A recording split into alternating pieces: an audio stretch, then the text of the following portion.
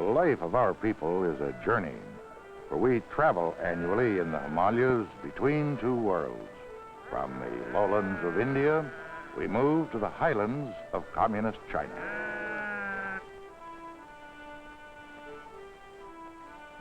At the foot of the mountains, in the great markets of India, we buy rice, sugar, and precious grains.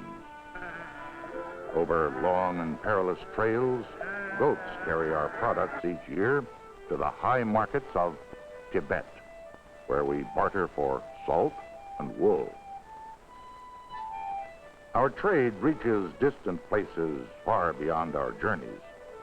And as our trade moves, so grows our understanding of strange people in other canyons of the earth. The moods of the Himalayas rule our lives.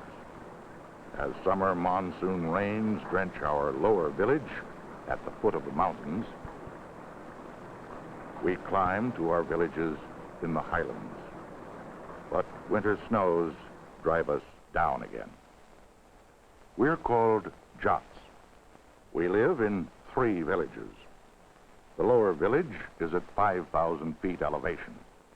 The upper village, 150 miles away, is at 12,000 feet. At the second village, we stop in late spring and early autumn.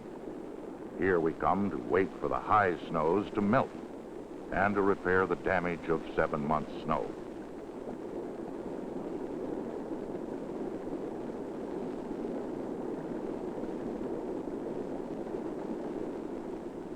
Though the communists took over Tibet some years ago, the pattern of our lives remains unchanged.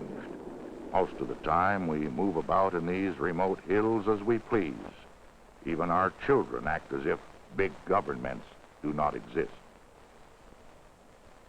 Spring is the season for jacks, so younger daughters play with dried yak knuckles, or sometimes stones, until the spring work begins. However, an elder daughter's work does not wait for seasons.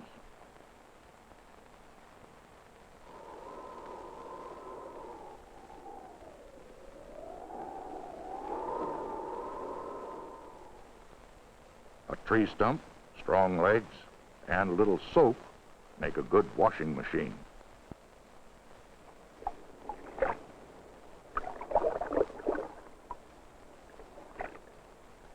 Mustard oil keeps fleas out of daughter's long hair. Women are scarce in our canyon. Jat fathers make stiff bargains with prospective sons-in-law who provide the dowry. But this son-in-law proves a disappointment. Even goats outwalk him, and his mother-in-law gives him a yak butter rub-down. Grandfather Jit Singh's life cycle of 90 years is now turning as fast as the Buddhist prayer wheel. Jats are strong believers in the nearest religion, but never overpester gods with their problems.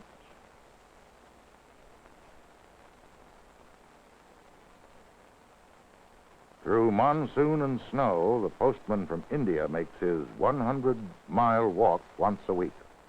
The postmaster is also a trader priest. He keeps well informed on world affairs by opening and reading all letters. Today, a letter comes for our trader chief and refers to the postmaster as a good Swami. Thinking of himself, the postmaster corrects it to read the very good Swami, and then passes the letter on to the rightful owner.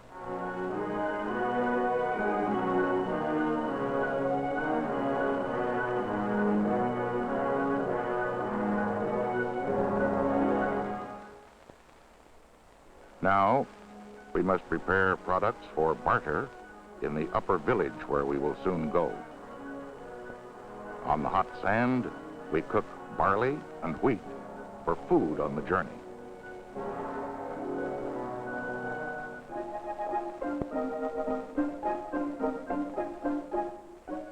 We carefully clean the Indian rice, tea, sugar, and grain, and pack them in goat saddlebags.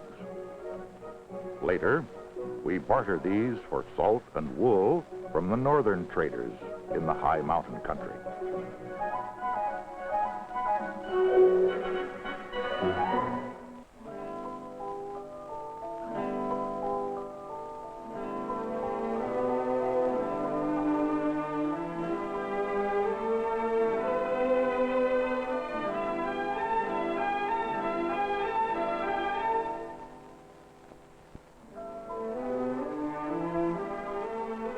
The snows begin to melt above, and there is spring in every trader's legs.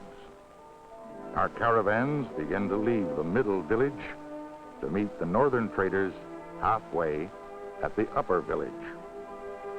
We gather our most precious possessions, and with the Buddhist priest, most of the 500 villagers begin the yearly ancestral journey.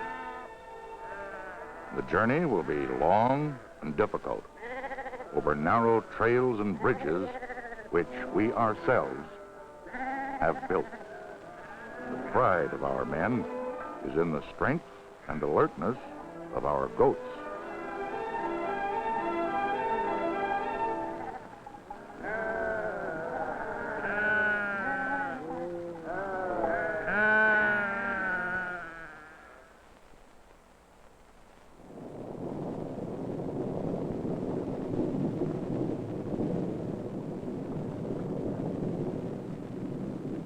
Each day, we make camp before noontime.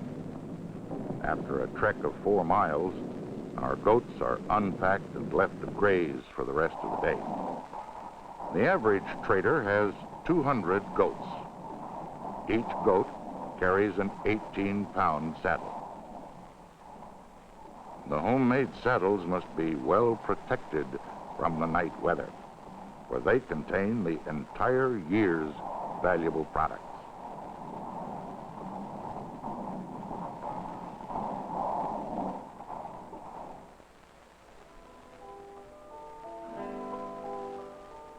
In the morning, we start to climb again, and the difficult path goes on.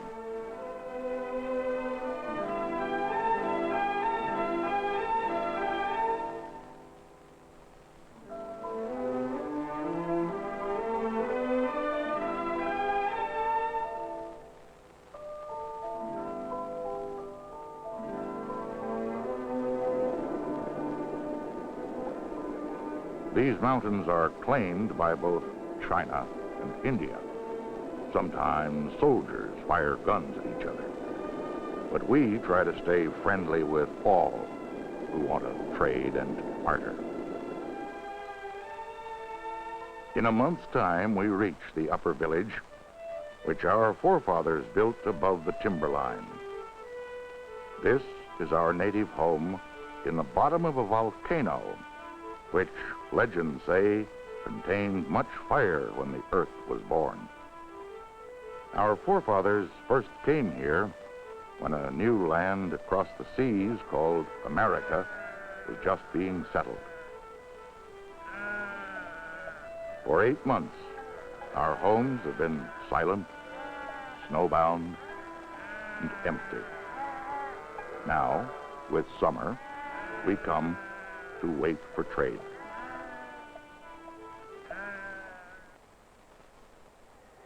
We will plant and harvest 1 wheat crop during the 4 months wait for the completion of trade with the northerners. Only women and those without guile for trade cultivate the soil, while shrewd men sharpen their wits for bargaining. Even a small grandson is a strong puller of yaks. His future will be good.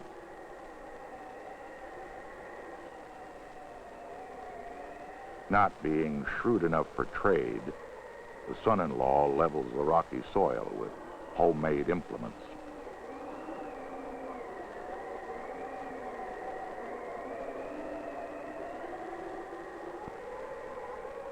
Work is a good tonic for our children and for our wives too. When a man's wife is an expert irrigator of soil, his importance among traders is assured.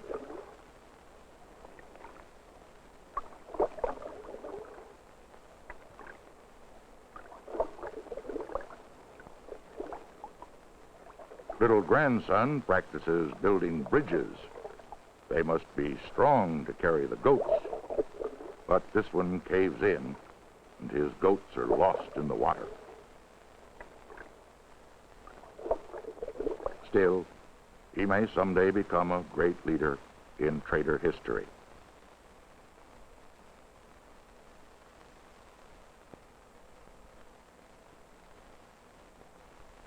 Learning is important to the future of our sons. Carrying a slate on his back, the teacher comes each summer from India, a dedicated man with the secret places of his heart well washed. He too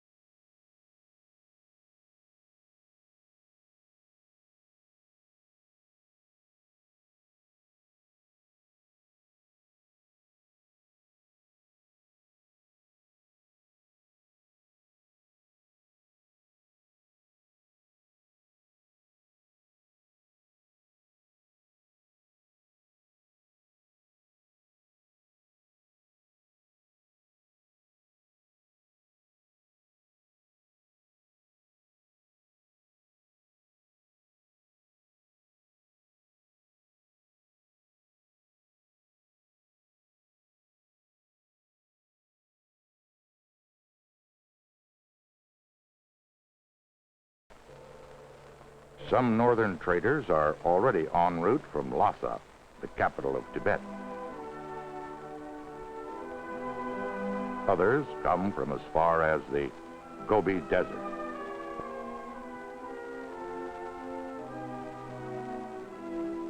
We wait at our upper village. We wait impatiently, and hopefully, we send advance scouts and erect Buddhist prayer flags.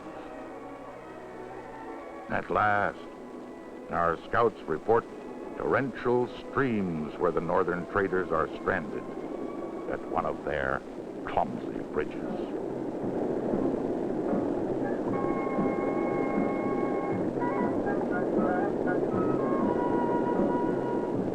From these Tibetans, we get most of our language, race, religion, and customs.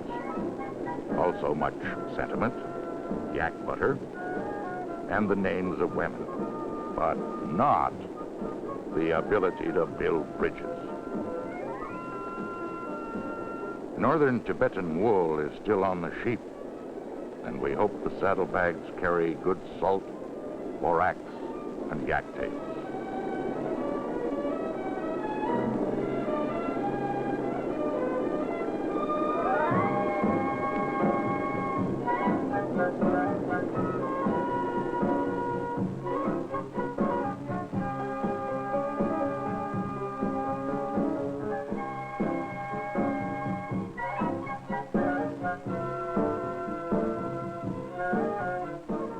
Northern traders finally arrive at the marketplace where the shrewd Jat heads have gathered to start the trading.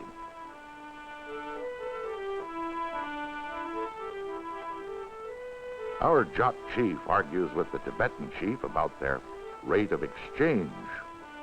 All arguments, except family squabbles and taxes, are settled by dice throwing. Money has no value here. We trade only by barter. Our chief decides which jot trader will exchange with which northerner. When arguing becomes heated, the dice are made comfortable on a leather pad, and the juggling begins with zest, for trading is in our blood. One northern trader considers himself a champion at warming up lopsided dice. But our jot chief is shrewd. He juggles fast with alternate Hindu prayers and yells in Hindi.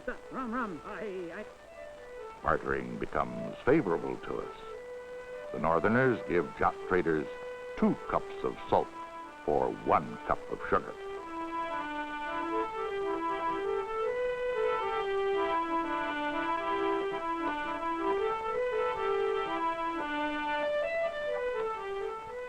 Thus, we exchange our goods while the officials keep a record of all transactions.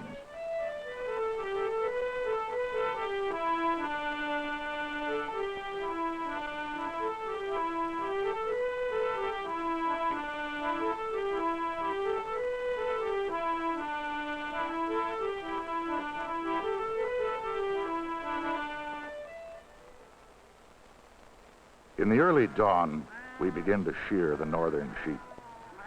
Afterward, we cast dice for the largest wool pile. Some jots do a ragged job of shearing, and many of the northern sheep are humiliated and embarrassed.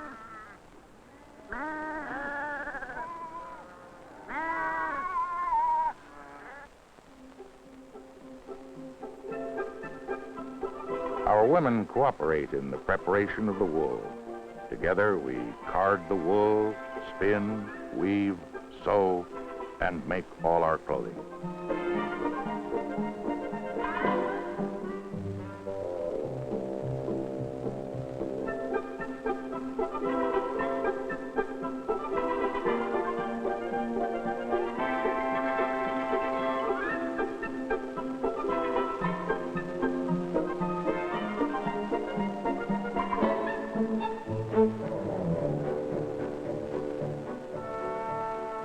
From childhood to old age, spinning is a part of our lives.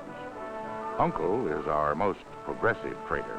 He owns the only spinning machine in our village.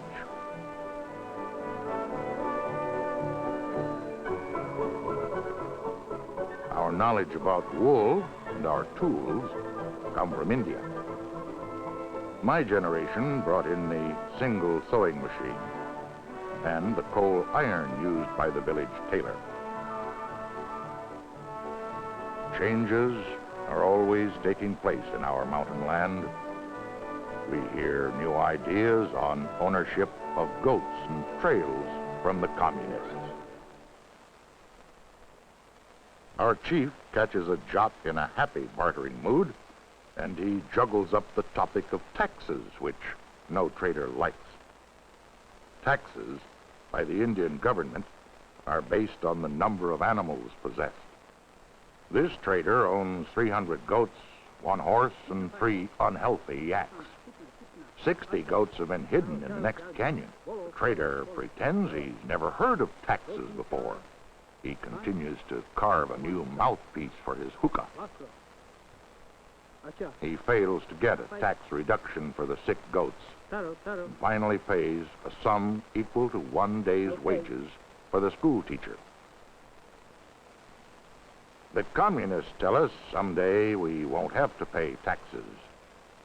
But shrewd trader men would rather keep their own goats and pay taxes.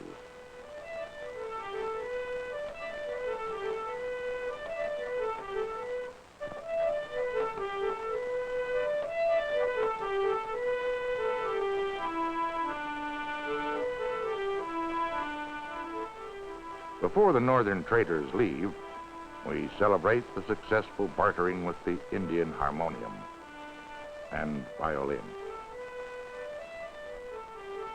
To end a season of trade, a knife is sharpened for the annual feast.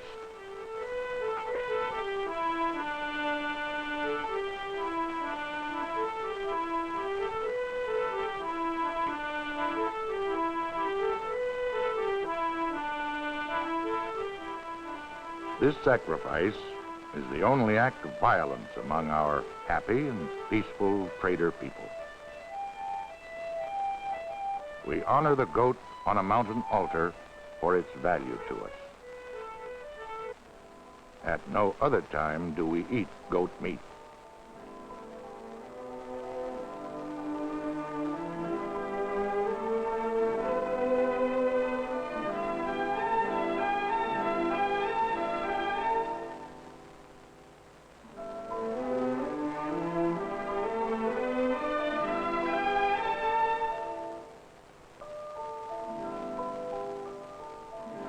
We hope that for generations to come, our children's children will walk on the mountain trails seeking trade and happiness.